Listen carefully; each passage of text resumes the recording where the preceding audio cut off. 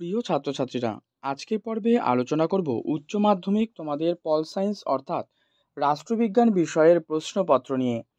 এই প্রশ্নপত্রটি তোমরা প্র্যাকটিস করো এবং দেখো এই প্রশ্নপত্রে তোমাদের যে আমি বড় প্রশ্নগুলো সাজেশন দিয়েছি সেখান থেকেই কিন্তু হুবহু কমন রয়েছে।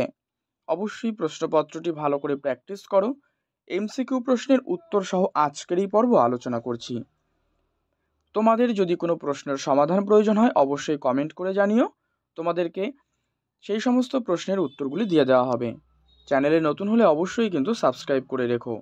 পর্ব ভালো লাগলে অবশ্যই লাইক করে দিও।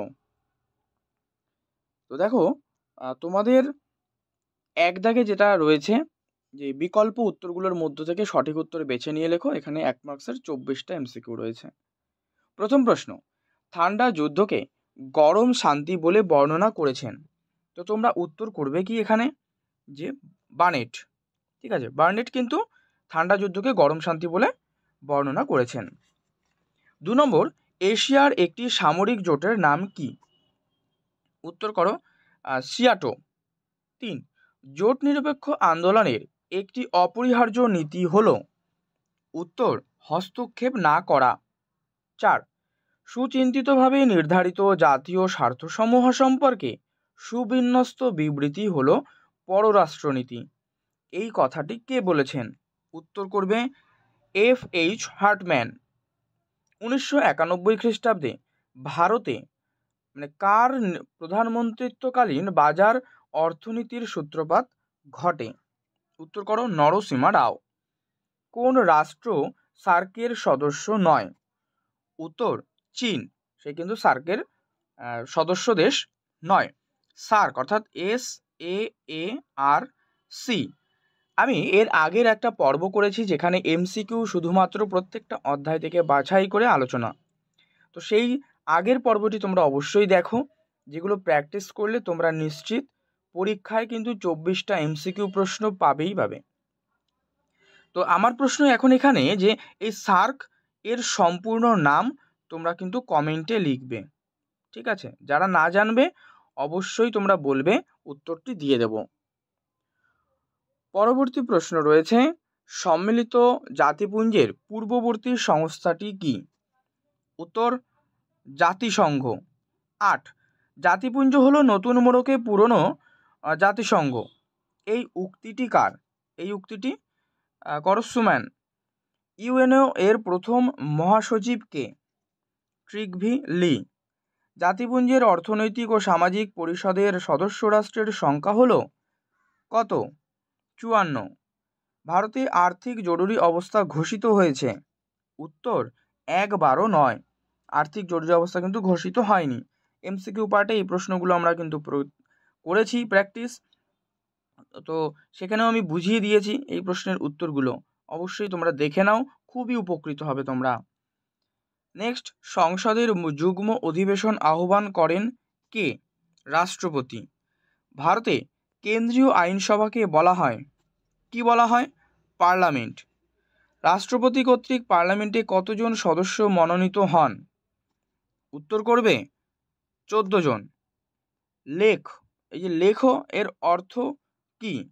লেখ এর অর্থ হলো আদেশ। ভারতের সুপ্রিম কোর্ট পৃথিবীর যে কোনো সুপ্রিম কোর্ট অপেক্ষা শক্তিশালী। এ কথাটি কে বলেছেন? এ কথাটি বলেছেন AK আয়ার। হাইকোর্টে বিচারপতিদের অবসর গ্রহণের বয়স হলো? উত্তর 62 বছর। আর যদি তোমাকে বলতো সুপ্রিম কোর্ট, তখন হতো 65 বছর। নেক্সট, পশ্চিমবঙ্গে প্রথম লোক আদালত গঠিত হয় কত খ্রিস্টাব্দে? উত্তর 1987 খ্রিস্টাব্দে। ক্রেতা আদালতের প্রধান উদ্দেশ্য কি? ক্রেতাকে সুরক্ষা দেওয়া। জাতীয় কমিশনের সদস্যদের কার্যকালের মেয়াদ কত বছর? উত্তর করবে 5 বছর। গ্রাম পঞ্চায়েতের প্রথম সভা আহ্বান করেন কে? উত্তর BDO অর্থাৎ ব্লক ডেভেলপমেন্ট অফিসার। নেক্সট, জেলা পর্যায়ে স্বায়ত্তশাসনমূলক প্রতিষ্ঠান হলো, এই প্রতিষ্ঠানটি হলো কিন্তু জেলা পরিষদ। পাসপোর্ট ও ভিসা এটি কে মঞ্জুর করে? পাসপোর্ট ও ভিসা এটি মঞ্জুর করে কিন্তু ডিএম, ঠিক আছে, এটা করবে ডিএম, ডিস্ট্রিক্ট ম্যাজিস্ট্রেট। পৌরসভার মুখ্য প্রশাসককে, তিনি হলেন চেয়ারম্যান। এবারে দেখো, এই যে প্রশ্নগুলো আমি আলোচনা করলাম এমসিকিউ, এগুলো সমস্তগুলোই কিন্তু তোমাদের সাজেশনে দেওয়া রয়েছে। ভালো করে দেখো, এবং সেখানে একটু আমি তোমাদেরকে বুঝিয়েও দিয়েছি যে একটার সাথে একটা কী করে রিলেট করে পড়বে। অবশ্যই পর্বটা দেখো, খুব উপকৃত হবে। আর এরপরে তোমাদের যে এসএকিউ রয়েছে 16টা প্রশ্ন, 1 মার্কসের 16 নম্বর। দেখো এই এসএকিউ তোমরা ওর মধ্যেই পেয়ে যাবে এমসিকিউর মতন করে, দেখবে লেখা রয়েছে ওখানে। এই যে WTO, ওয়ার্ল্ড ট্রেড অর্গানাইজেশন, ঠিক আছে, হু, ওয়ার্ল্ড হেলথ অর্গানাইজেশন। তো এই যে প্রশ্নগুলো রয়েছে সমস্তগুলো পারবে। ন্যাটোর পুরো নাম কি? 38 নম্বর প্যারালাল এই অক্ষরেখাটা কি? সুয়েজ সংকট কবে দেখা যায়? সিমলা চুক্তি কাদের মধ্যে স্বাক্ষরিত হয়? ইন্টারন্যাশনাল পলিটিক্স গ্রন্থের লেখক বা ফরেন পলিসি অফ ইন্ডিয়া গ্রন্থের লেখক, সমস্তগুলো কিন্তু এখানে দেওয়া রয়েছে। আন্তর্জাতিক আদালতের সদর দপ্তর কোথায়? এই প্রশ্নগুলো অবশ্য দেখো। ভারতের সর্বোচ্চ আদালত কোনটি? ভারতে কী ধরনের বিচার ব্যবস্থা রয়েছে? জেলা প্রশাসনের কেন্দ্রবিন্দু ইত্যাদি ইত্যাদি প্রশ্নগুলো রয়েছে। আর 8 মার্কসের যে প্রশ্ন রয়েছে সেগুলো দেখো একবার। তোমাদের মোট 5টা লিখতে হয়, ঠিক আছে।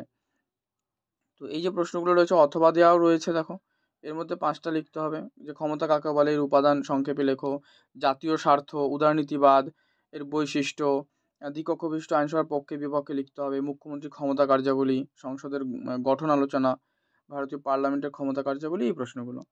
তো তোমরা সাজেশনটা ফলো করো, 8 মার্কস তোমরা নিশ্চিন্তে ওখান থেকে কমন পেয়ে যাবে এবং লিখে আসতে পারবে তোমরা। তো এই হচ্ছে সমস্ত প্রশ্নপত্র আলোচনা করলাম। পর্ব ভালো লাগলে লাইক করে দিও, শেয়ার করে দিও।